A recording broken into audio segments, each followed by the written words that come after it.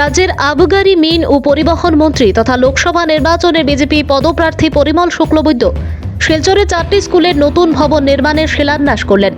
Adharchand higher secondary school, SC Deb Vidyapith school, সরকারি উচ্চতর মাধ্যমিক বালক বিদ্যালয় এবং পাবলিক হায়ার সেকেন্ডারি স্কুল।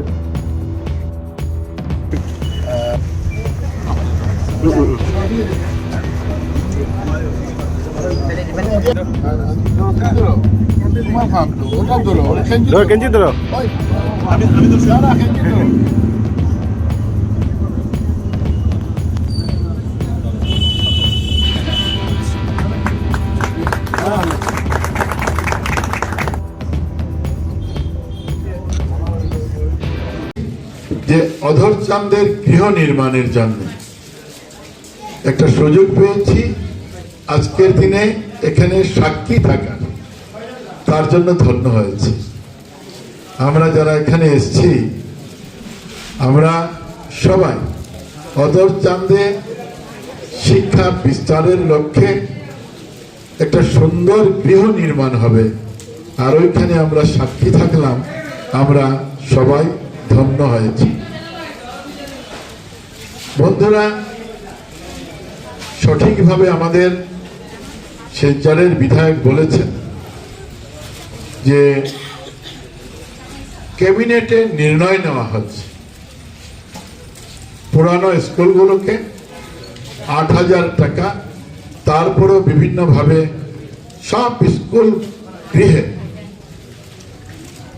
যাতে পঠন পাঠনে ছাত্রদের কোনো ব্যাঘাত সৃষ্টি না হয়, তার জন্যে সব স্কুল গৃহের পুনর্নির্মাণ হবে। আর এই পুনর্নির্মাণের প্রথম লিস্ট আজকে আমাদের এই বিকাশ যাত্রার আরম্ভণী। প্রথম লিস্টের প্রথম দিনে অধরচাঁদে এলাম, মনটা বড় ভালো লাগছে। সত্যিকার অর্থে যে অধরচাঁদের মতো শিক্ষা প্রতিষ্ঠানে আমরা অংশ নিলাম। বেশি কথা বলবো না, এই স্কুলগুলো নির্মাণের ব্যাপারে আপনারা জানেন পিডব্লিউডি বিল্ডিং ডিভিশনকে দায়িত্ব দেওয়া হয়েছে, তার একটা ডিপিআর নির্মাণ হচ্ছে। আর এই ডিপিআর এমন ভাবে নির্মাণ হয়েছে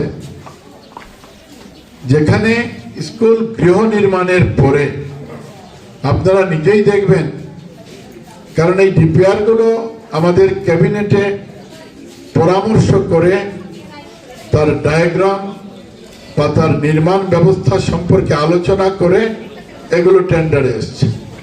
কাজে এখানে কোনো ধরনের অসুবিধা হবে না, সব ধরনের সুবিধা দিয়ে এইভাবে একটা প্রজেক্ট বানানো হয়েছে, যার জন্য একটা স্কুল গৃহ নির্মাণে 8 কোটি টাকা।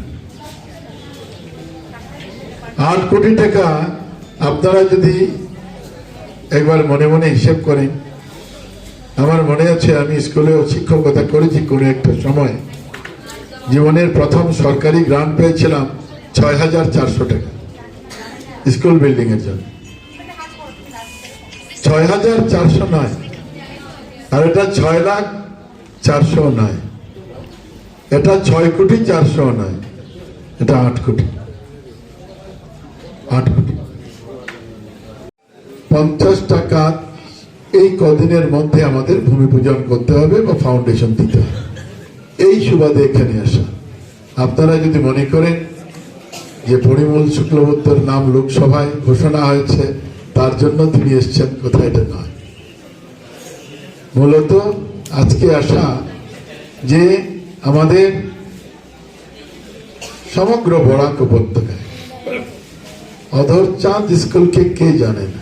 আমার মনে আছে আমি যখন কলেজে আসতাম, ডিসি কলেজ পাশে, এইদিকে যখন আমরা, তখন তো পায়ে হাঁটার পথ, এখনো অনেকেই হয়তো ছাত্ররা পায়ে হেঁটে যান, আজকাল যানবাহনের বিভিন্ন ব্যবস্থা আছে, যার জন্যে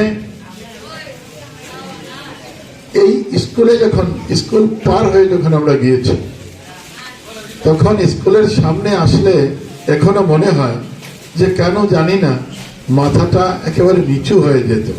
কারণ তখন কাছাড় জেলার, আমরা তো গ্রাম থেকে আসা যাওয়া করি, কাছাড় জেলার মানুষ জানতে পেত বা জানতো, আজকের দিনেও জানে, যে অধর চাঁদের যে শিক্ষা ব্যবস্থা, এই শিক্ষা ব্যবস্থা সমগ্র আসামের মধ্যে প্রশংসিত।